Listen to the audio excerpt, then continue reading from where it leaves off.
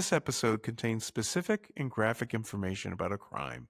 Please be advised. One day on Saturday morning, walked out to walk to the post office a few blocks from the U.S. Capitol. While I was on that walk, a man ambushed me, lunged at me, and took control of me. And I was fighting to get away as he was fighting, taking me down. And a sexual assault occurred on the sidewalk in broad daylight with other people around.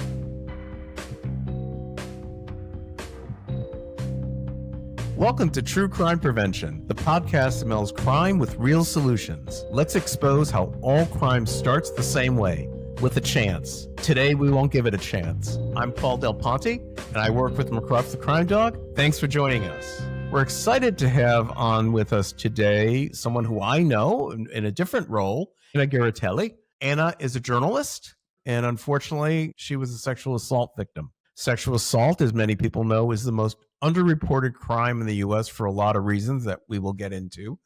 And we need to change that because the only way you stop a crime is being aware that a crime is happening. And if police, the community, and others don't want to talk about it and acknowledge it and blame the victim and other things that go along with sexual assault, we're never going to get to the bottom of that. So we're going to unpack a lot of that with Anna. She's a journalist with the Washington Examiner and has taken a special interest in the crime beat and the crime prevention. And we've done many interviews together. So today we're going to turn the tables and I get to interview her. We're going to welcome Anna in just a minute. We're going to have a little word from one of our sponsors today.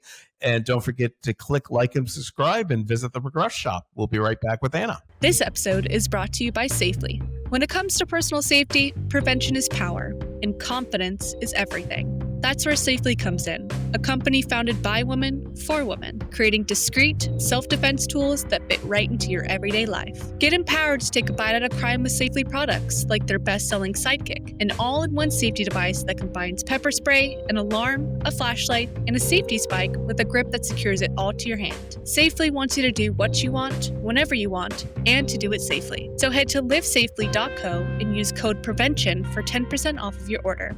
That's livesafely.co, code PREVENTION. Stay prepared, stay powerful, stay safely. Anna, thank you for joining us. Great to have you on. And thank you especially for coming forward and having the courage to tell your story. It's greatly appreciated and very importantly needed. Oh, thank you so much for having me. I really appreciate the opportunity to share my story and explain, crime and how we can address it. Exactly. And that's what the real part of this is about. And what we like to do is go into the what happened. And as I said, when it comes to sexual assault, too few times do people get into the what happened. A lot of that is hard to hear, hard to listen to. It's disturbing. But nonetheless, if you don't deal with the reality of it, and sometimes dealing with reality is hard, you can't solve the problem. So, and like I said, this is going to be an interesting twist because I get to be the interviewer to someone who is usually interviewing me. So it should be an interesting broadcast and look forward to getting into it. Anna, why don't you tell us a little bit about your background? I already mentioned you're a journalist, so you are obviously a good communicator as a skill, but you're also a woman and just an average citizen. And you live in the District of Columbia, right? And work in D.C. And is that where the crime happened? It did. And actually, since it happened, I left DC for a number of reasons. But I did leave DC because of the crime. Changed my life, what happened that day.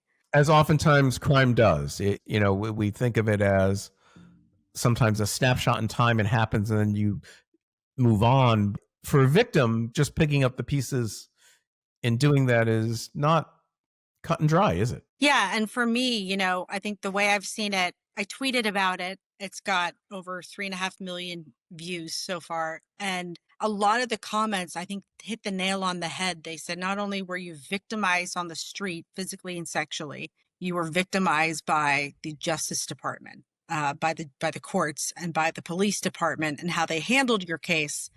And I think that's what made it for my safety. I left DC, but I felt like my home had just no regard for me. And so it was doubly as painful to leave knowing this wasn't the place for me anymore. That is difficult because when you stop and think of how something can turn your life upside down, change it, upset your very notion of what safety and security are. Crime is that thing. And a lot of times we talk about it in terms of statistics. Statistics are important, but that doesn't really get into the victim. So let's start getting into it.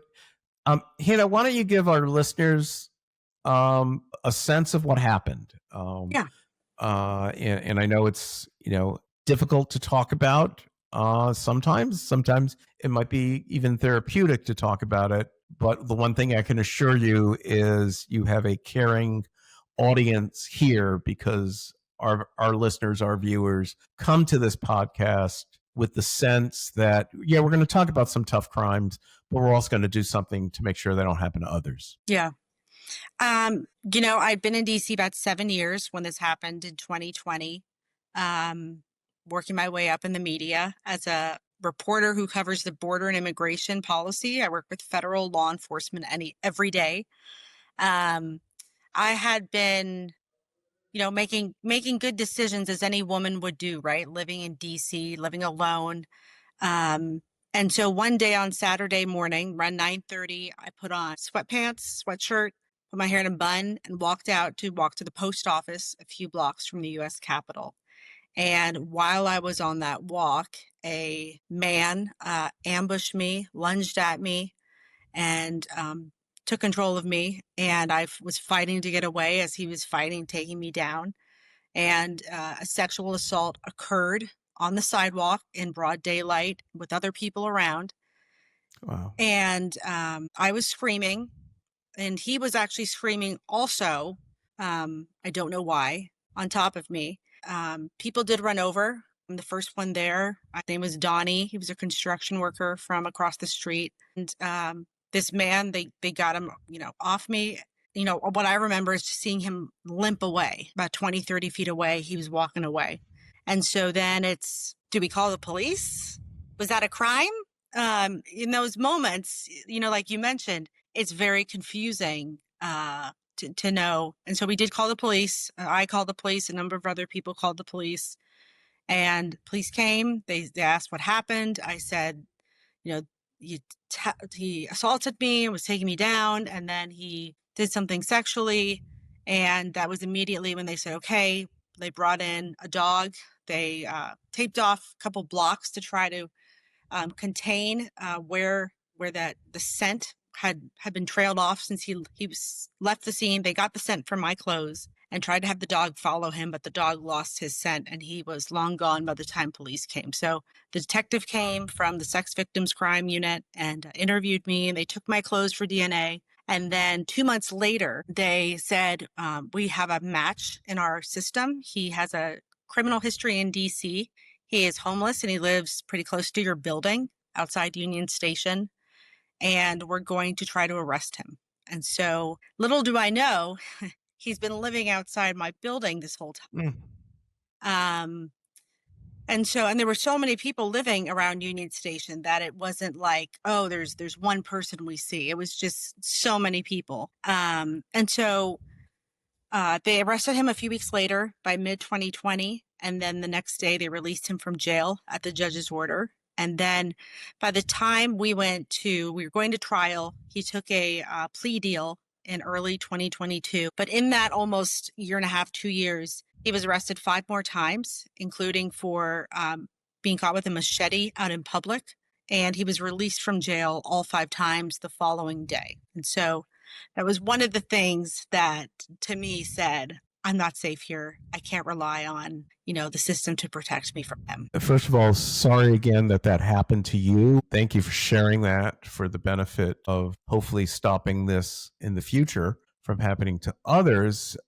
You said a lot in that brief period of time, so I've got a lot of questions. So at the time after the incident, when you said they lost scent of the dog and they took your clothes, did the police advise you to go to a hospital for further testing? They did. They brought an ambulance, recommended I go in and get checked out. I felt fine. I was bruised, but I felt fine. So I chose not to go into the hospital. This wasn't a first-degree crime. This wasn't a rape. And so I felt safe in that sense. But yeah, they did bring an ambulance. Good. One of the things we do stress is that in that situation, you do Yeah, be they seen looked medically. me over on scene. Yeah. Good. Yeah. Good. I'm glad that happened. Sounds like some other things unfortunately didn't happen though, and we're going to get into that. So first of all, how did you feel emotionally during the time you were dealing with the police? Where you felt respected as a victim? Did you feel they were asking the right questions and those types of things? I did in that day. The detective handled it well.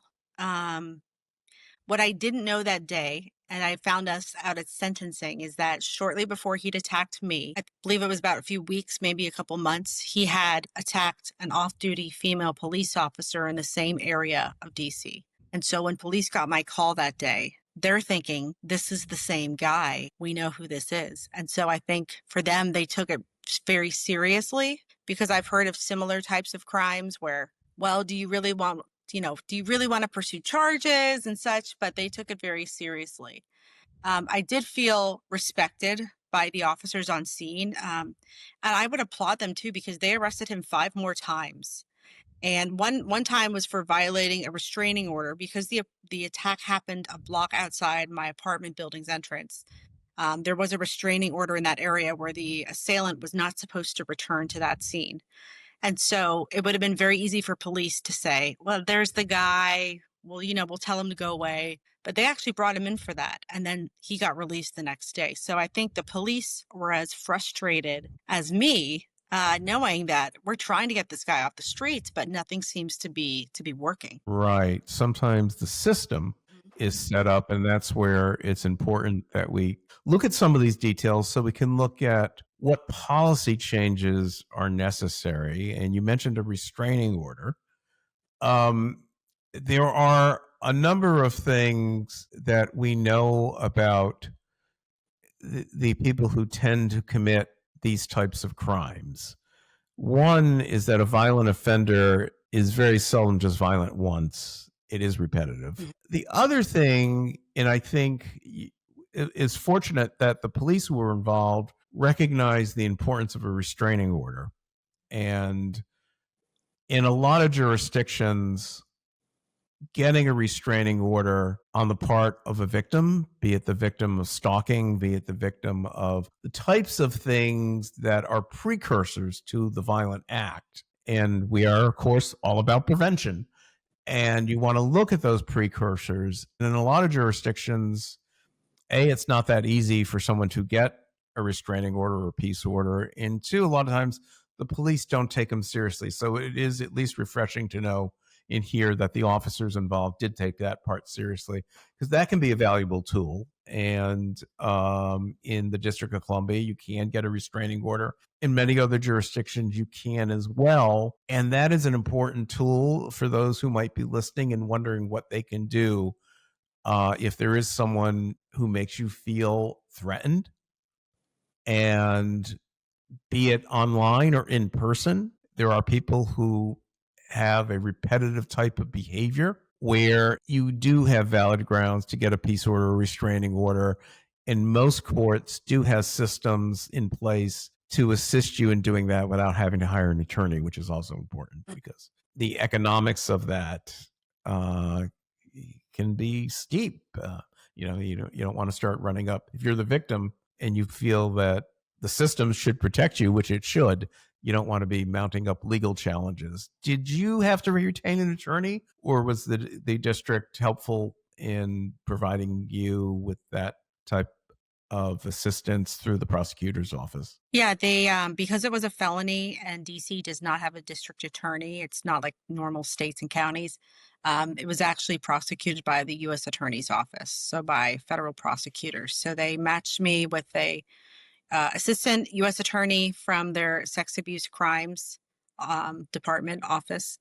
And she walked me through the case. My attorney changed mid process in the middle of things. And that was a pretty chaotic. We got delayed moving forward 3 times for 6 months in the midst of the George Floyd riots in DC, the election, the January 6th riots occurred. A lot of stuff going on in the middle of all that. And so, yeah. Right. And in the process, sounds anything but quick. Is that? There were many times during the process where I thought, I truly regret moving forward. Talk about that for a minute, because we've had other people on this podcast, and for the woman who's been the victim of such a crime, that is a thought where through many, if not most or all of the victims we've spoken to, goes through your mind. Tell us a little bit more about how that weighed on your mind. What were the factors? Did I do the right thing? Should I continue? Should I give up? Tell us what went through your mind. Yeah, that's a good question. It was so frustrating to have to wait over and over and over again to move forward. And I wanted this to be resolved and done. I wanted him to be in jail so I could feel, actually in jail and then actually go to prison so I could feel safe for a period and know that it's over. I also dreaded knowing what would happen when he got out of prison. I knew it wasn't going to be a 50-year sentence. Obviously, this was a much lesser charge than homicide or something. So getting through that, I just wanted it over so I could feel like I could move on with my life. And I left DC and moved to Texas for 3 years during this process and felt good with the distance, but would get called back. I had to go into DC and testify before the grand jury. And it was in December 2021. And the funny thing, Paul, was that they flew me in. They put me in a room at the courthouse to do this grand jury testimony. But because I'd come from out of state, and we were 2 years into COVID, a year and a half, I was considered at risk. So they put me in a room on a camera to give a testimony to people on the other side of the wall in the grand jury. And so I've never actually been in court through any of this. I've seen the judge once, which was at sentencing. I think that was frustrating because you feel like you're going through this bizarre legal limbo where no one's real. And so today, having been through it, now it's been 5 years. I hope I never have to go through that again, but I'm glad I pursued charges, because had I not, I think what I would have said to myself is better to be okay short-term than long-term. And I know at the end of the day, it was hard, but I valued myself. I said, no, he's not going to get away with this. If we have to put him away for a 1-day prison sentence, he will be convicted. And that, I think, was the respect I had for myself. This wasn't okay. And so having the prosecutor support me as a journalist, I think they knew also she's going to possibly, report on this. It's her personal story, but who knows? And if we don't, if she wants to pursue charges and we're not giving it a good enough charge, or if we try to water it down, they might have, and now everyone's been mentioned in my op-ed. So it all ended up coming out anyway. So I am glad I pursued charges in the end. As are we, because it is an important step, and we continue to hear the frustrations with the system. Part of that is the way the system is set up. Everybody in the U.S. is entitled to a defense. We know oftentimes many of the tactics that defense attorneys use in assault cases is to blame the victim. And one thing that at the National Crime Prevention Council, we never do. And if you want to see McGruff get mad, I tell people, try to blame the victim, because we don't stand for that. In that process, do you feel that as a victim you were getting blamed? Not by the police or by the prosecutor or anyone. In coming out with my story, I do get myself getting blamed. I've read the over 1,000 comments on my tweet. 95% are people who are ready to go to war for me. I mean, they're furious, and that means so much. And then there's comments, and I've screenshotted a few. That's someone posted my face on my profile picture and said, "Who would rape this?" And somebody else said, "You should stop wearing short skirts outside." Those sorts of things. Right. Now, I know that's about them, not about me, but we do have this. And that's why I always say it was 9:30 in the morning. I was in baggy sweats. My hair was in a bun. And I say that to get ahead of the crazies who are going to say, well, what were you wearing? Maybe you were in an alley. Were you at the club? Should you not have been there? And every person in that any situation does not deserve to be attacked in any way or hurt in any way. But it's unfortunate that I feel the need to say that, to tell people, this happened when, and I think that really goes to show, Paul, there used to be like rules around crime, don't go out after dark if you're a single woman, don't dress this way, take a friend with you, do this or that. And what this really showed me was those rules didn't matter. I could do everything the right way. And things are just going to happen. You can't protect yourself from everything. That unfortunately is true. While you can take some steps, and it always makes sense to, look for the obvious signs. And it sounds like that morning you were doing that. You were in a neighborhood close to where you lived. You were going toward post office, a public building by Union Station, an area of town. For those not familiar with Washington, Union Station is walking distance from the U.S. Capitol. It does tend to border an area, part of the city that is not as safe, not as well trafficked as the tourist areas, the business areas of the Capitol itself. If you walk behind it and in some other directions, but nonetheless is not the worst part of town. And, certainly everyone should feel safe doing basic errands like going to the post office. The one thing that you touched on in your introduction, and it sounds like this might be part of the issue that needs to be addressed and focused on, is, you mentioned supportive police, investigators, supportive prosecutor. And then it came time for sentencing and the judge and the things that are more systematic, I'd say, the systematic parts of our justice system, where there are sentencing guidelines and other factors that led to what sounds like a short or somewhat maybe even convoluted plea deal. Tell us a little bit more about the deal, what happened there, the judge's role, those kinds of things. Yeah, the deal ended up being my assault wrapped up with the off-duty police officer's assault, wrapped up with the 5 other arrests, which I believe were pled down to misdemeanor charges. It was about 2.5 years for everything combined. And when he was in jail, they finally arrested him in December 2021, took the plea deal in January, was sentenced in March 2022. So he had about 4-5 months under his belt that went towards that sentence. So he was released around the end of 2023, early 2024, back onto the streets. And so that wasn't actually the worst part of everything, though. The worst part is that when you look at DC crime stats today, you go on the public website, very easy to look at crime stats. You look at sex abuse, you look at April 2020, and there is no check on the box for what happened to me. Even though someone went to federal prison, DC police secretly don't include a countless number of crimes on their map. In 2020, I've been writing a story on violent crime for the Examiner, and I was looking back at stats. And back then, the DC police website showed pins on the map for where each crime occurred. And so I was looking for my attack, the exact location, the same month. I didn't see it. And so I reached out to the police. I figured, this is so frustrating. They forgot my crime. And I matter, right? I want to see that pin on the map to say we were there. And they said, 2 weeks later, they wrote me back and said, at this time, we're only placing first-degree felonies on the map. So when the map says this many robberies occurred, you're only seeing first degree. When it says this many sex abuse crimes occurred, you're only seeing rape. You're not seeing the many more other crimes leading up to that.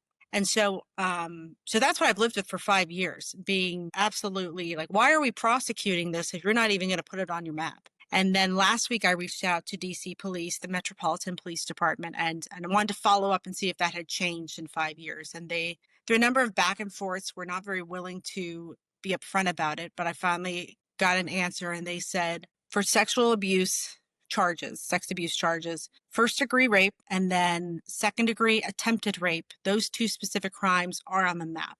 And I said, what about the other second degree? What about third degree? And I believe there used to be fourth degree. So where are those? And they said, those are not included in the crime stats. And so it was, again, that's why I came out with my story, because President Trump and others are talking about how do you address crime? And my message is, we don't even know how prolific crime is in DC, because people like me, it doesn't get more serious than being sent to prison.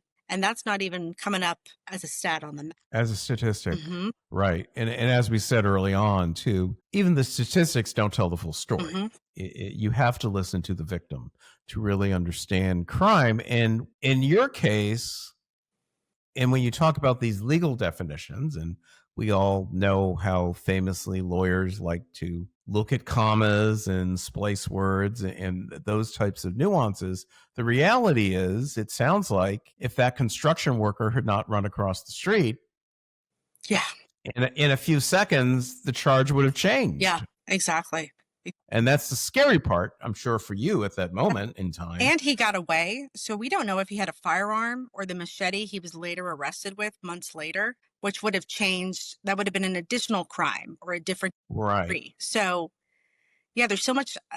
Sometimes I feel like I have to apologize for not being a more victimized victim because someone came to my rescue. We know where this is going, Right. Yeah. Well, you don't have to apologize here. But to that end, what are some things that you've thought about that could change the system? What if you could sit down with the DC mayor or the city council and say, pass a law that does X? Is there something that came to mind?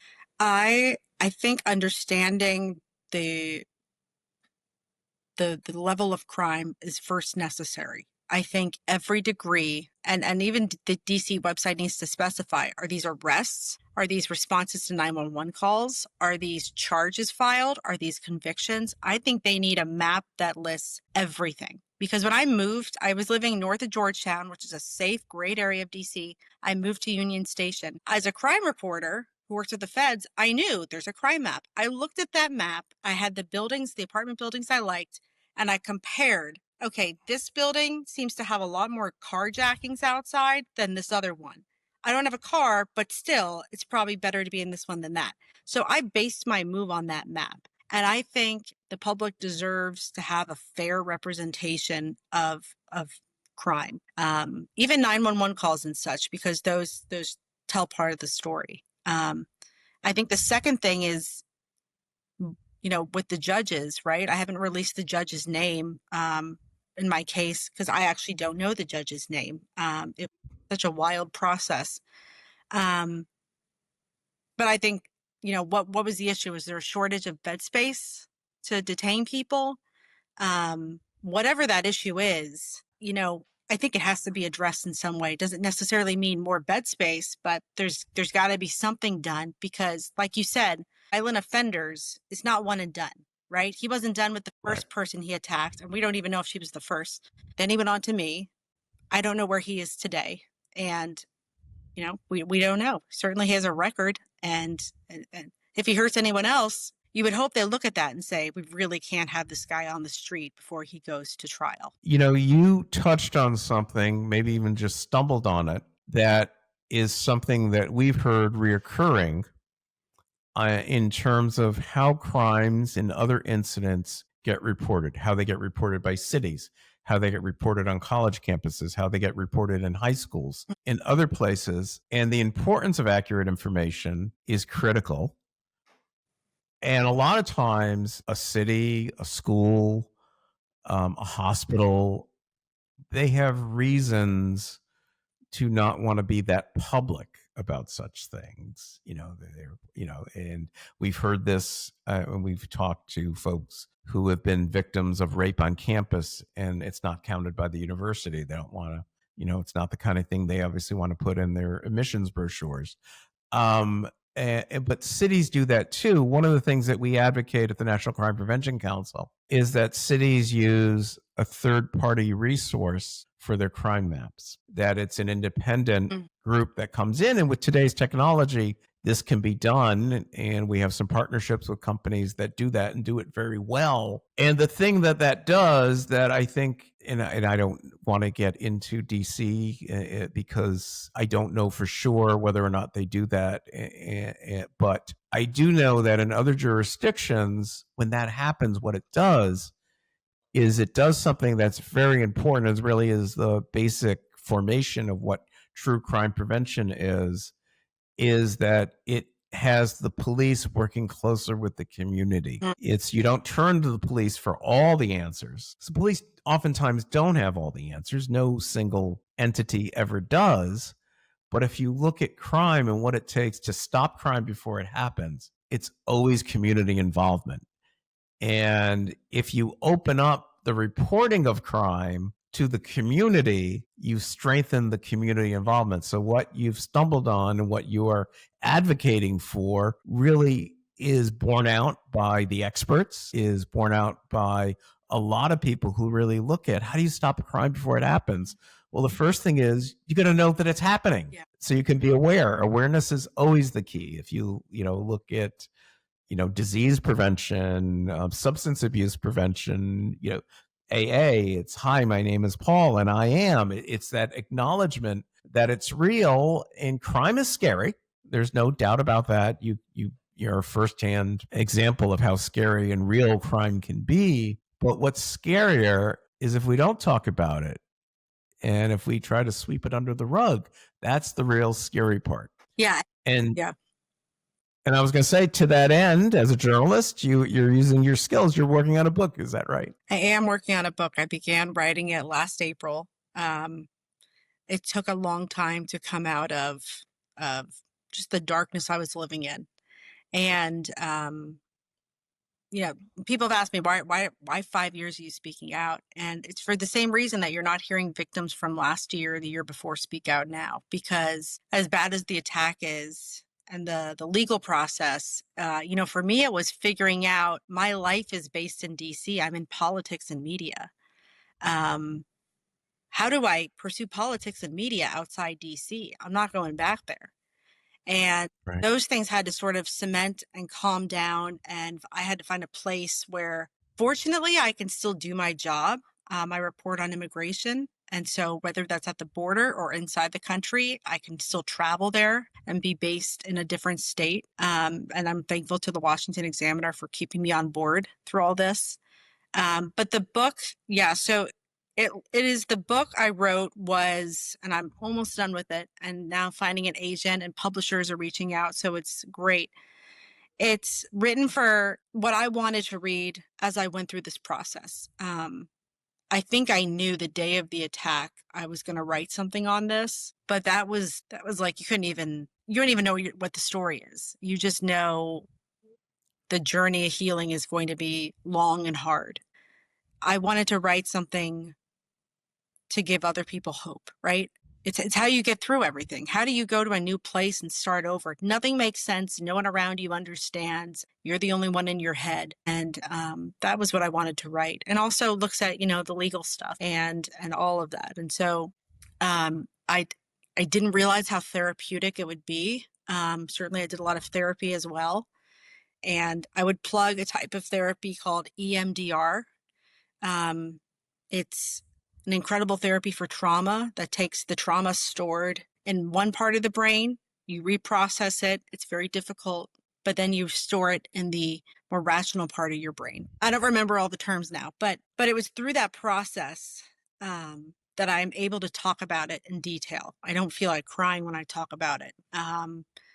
And, I can relive that attack and feel fine because I know I'm not being re-triggered. It's not happening to me right now. It's something in the past. So all that to say, I am almost done with the book and hoping by Christmas to have an agent and be, in talks with publishers and it would probably be coming out sometime next year. Well, great. Well, I certainly look forward to that. We're glad you made that decision to do it. Look forward to your first book signing here in DC. Yeah. And beyond that, through this process, and we're talking years, who are some of your allies? Who are some of your heroes throughout this process? That's a great question.